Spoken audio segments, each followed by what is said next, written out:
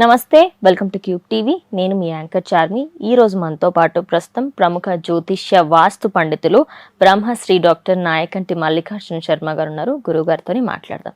నమస్కారం గురువు. నమస్కారం అమ్మా. గురువు గారు, ఫిబ్రవరి 20వ తారీఖున త్రిపుష్కర యోగం అని ఉంది అంటున్నారు. అసలు దీని విశిష్టత ఏమిటి? ఆ రోజు ఏమేమి చేయాలి గురుజీ? తప్పకుండా అమ్మా. ఓం శ్రీ గురుభ్యో నమః.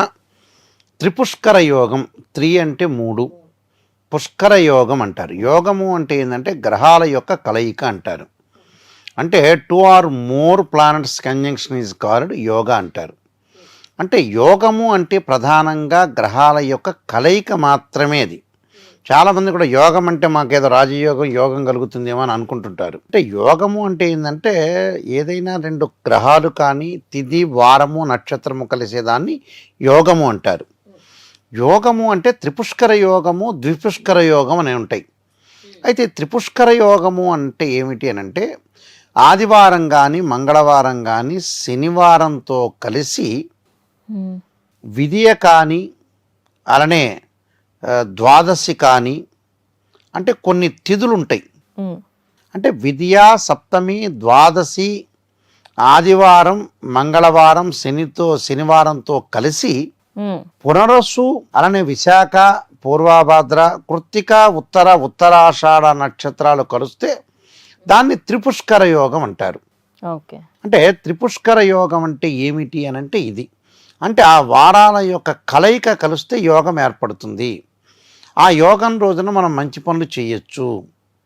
అంటే త్రిపుష్కర యోగము, ద్విపుష్కర యోగం అంటే పునరావృతం కావటం. మనం ఏదన్నా పని చేస్తే పునరావృతం అయ్యేదాన్ని త్రిపుష్కర యోగం అంటారు. ద్విపుష్కర యోగం 2 సార్లు అయితే ద్విపుష్కర యోగం, 3 సార్లు అయితే త్రిపుష్కర యోగం. అది అయితే ఇక్కడ త్రిపుష్కర యోగంలో మనం చేయాల్సిన పనులు ఏంటి అని అంటే సహజంగా మంచి పనులు చేయాలి. ఆ రోజున మంచి పనులు చేయాలంటే ఎలాంటి పనులు చేయాలి?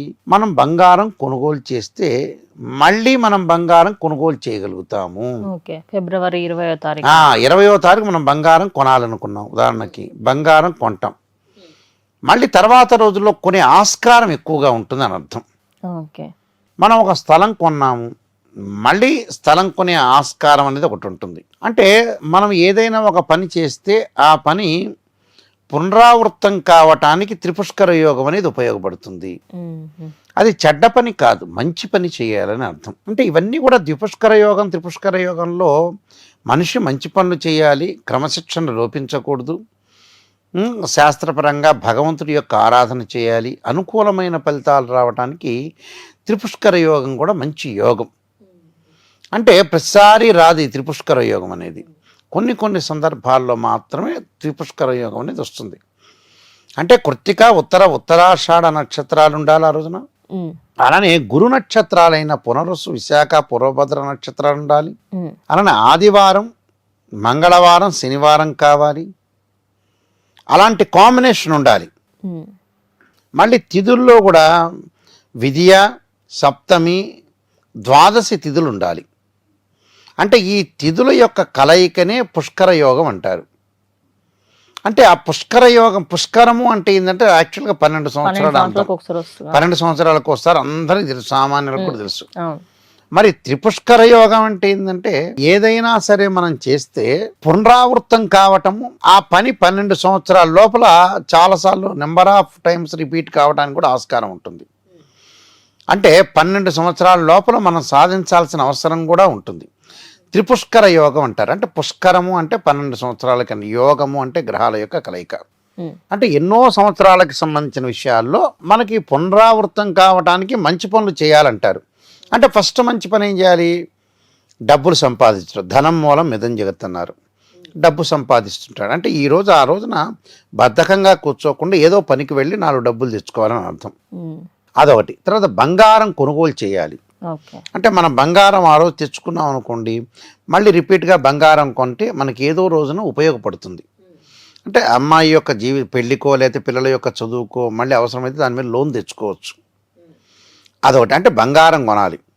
అలానే చక్కగా స్థలాలు కొనుగోలు చేయొచ్చు, ఇళ్ళు నిర్మాణం చేయొచ్చు, శంకుస్థాపన చేయొచ్చు. అంటే అలాని ఈ త్రిపుష్కర యోగం రోజు శూన్యమాసాల్లో వాటిల్లో మళ్ళీ చేయకూడదు. అది కూడా ఉంటుంది ఇక్కడ. గురువు గారండి మరి మంగళవారం రోజున మరి శంకుస్థాపన చేయకూడదు కదా అని కూడా ఉంటుంది. అలా మంగళవారం చేయమని కదా, ఆదివారం శనివారం అయితే చేయొచ్చు. కానీ ఇదే మంగళవారంలో మనం బంగారం కొనవచ్చు, స్థలం తీసుకోవచ్చు, డాక్యుమెంట్స్ తీసుకోవచ్చు, తర్వాత వచ్చేటప్పటికల్లా మంచి పనులు చేసుకోవచ్చు. అలాగా ఏదైతే బంగారు కొనుగోలు చేయొచ్చు, స్థలాన్ని కొనుక్కోవచ్చు, బట్టలు కొనుక్కోవచ్చు, అలాంటివన్నీ కూడా మంచి పనులు చేసుకోవచ్చు ఆదివారం, మంగళవారం, శనివారం. అంటే మంగళవారం మామూలు మంగళవారానికి దీనికి తేడా ఉంటుంది. మంగళవారం మంగళకరమైన వారమే అది, కానీ మామూలు మంగళవారానికి దీనికి కాదు. మళ్ళీ శూన్యమాసాలు అధిక మాసాల్లో శంకుస్థాపన చేయమని, త్రిపుష్కర యోగం వస్తే శంకుస్థాపన చేయమని చెప్పం మేము. దానికి కూడా కొన్ని కండిషన్స్ అనేవి ఉంటాయి. ఆ కండిషన్స్ బట్టి మనం వెళ్ళాలి యాక్చువల్గా అయితే. అలాంటి సందర్భాల్లో ముందు ముఖ్యంగా ఏదైతే మనం అనుకుంటున్నామో అనుకున్న తర్వాత దాని విషయాన్ని మనం చూడాలి. ఎంతవరకు ఏమిటి ఆ రోజు మనం చేయొచ్చా చేయకూడదు. కానీ త్రిపుష్కర యోగంలో రోజున నేను చెప్పినట్టుగా బంగారం కొంటాం, స్థలం కొంటాం, తర్వాత వచ్చే బట్టలు కొంటాం, కొన్ని మంచి పనులు చేయొచ్చు. లేకపోతే స్థలంలో నిర్మాణం చేయటం ఒకటి, అలా చేయటం వల్ల మంచి డబ్బులు సంపాదించడం ఒకటి, ఇలాంటి మంచి కార్యక్రమాలు చేసుకోవచ్చు. శుభ కార్యక్రమం. చేయని కార్యక్రమాలు ఏంటంటే ఆపరేషన్లు, శస్త్రచికిత్సలు, మళ్ళీ రిపీట్ అయ్యే అవకాశాలు ఎక్కువగా ఉంటాయి. అలా కొన్ని చెడు పనులు అనేవి చేయకూడదు. ఆ చెడు పనులు చేయటం వల్ల మంచి జరగదని అర్థం. అంటే మంచి పనులు మాత్రమే చేయాలి. గురువుగారు, మరి ఇప్పుడు చాలా మట్టుకి ఇప్పుడు అప్పులు కానీ ఏమైనా ఇచ్చిన వాళ్ళు లేదా డబ్బులు ఆ రోజే ఇచ్చిన వాళ్ళకి మళ్ళీ ఎక్కువ అప్పులు అయ్యే అవకాశాలు ఉంటాయా? ఇవ్వకూడదు. అంటే మనం ఆ రోజున త్రిపుష్కర యోగం రోజున డబ్బులు ఇచ్చాము, డబ్బులు ఇస్తే మళ్ళీ వాళ్ళు తిరిగి ఇవ్వడు. మనం వాడు ఇవ్వలేని స్థితి రావటం ఒకటి, తర్వాత మనం రిపీట్గా వేరే వాళ్ళకి అప్పులు ఇవ్వటం జరుగుతుంటుంది. ఆ రోజున అప్పు తీసుకోకూడదు, అప్పు ఇవ్వకూడదు. తీసుకున్నాం అనుకో మనకు అప్పులు అవుతాయి, మనం ఇచ్చామనుకో మనం అప్పులు అవుతాయి. అంటే మంచి పనులు మాత్రమే చేయాలి అవి. అంటే రిపీట్ అవుతుంటాయి, కొన్ని రిపీట్ అవుతాయి. శస్త్రచికిత్స ఆపరేషన్ చేయాలి, ఆపరేషన్ చేస్తే రీఆపరేషన్ అయ్యే అవకాశాలు ఎక్కువ ఉంటాయి. మళ్ళీ చిన్న ప్రాబ్లమ్స్ రావచ్చు. తగాదులు పడ్డం, ఎవరితో గొడవ పడ్డం ఎక్కువ అవుతుంటుంది. అంటే కొంతమంది గ్రాస్పింగ్ పవర్ ఎక్కువగా ఉందని మాట్లాడే వాళ్ళు చాలా మంది ఉంటారు. ప్రధానంగా అంటే వాక్స్ఫుటం బాగా పెరిగితే కూడా తగాదులు గొడవలు జరిగే సందర్భాలు ఎక్కువ ఉంటాయి.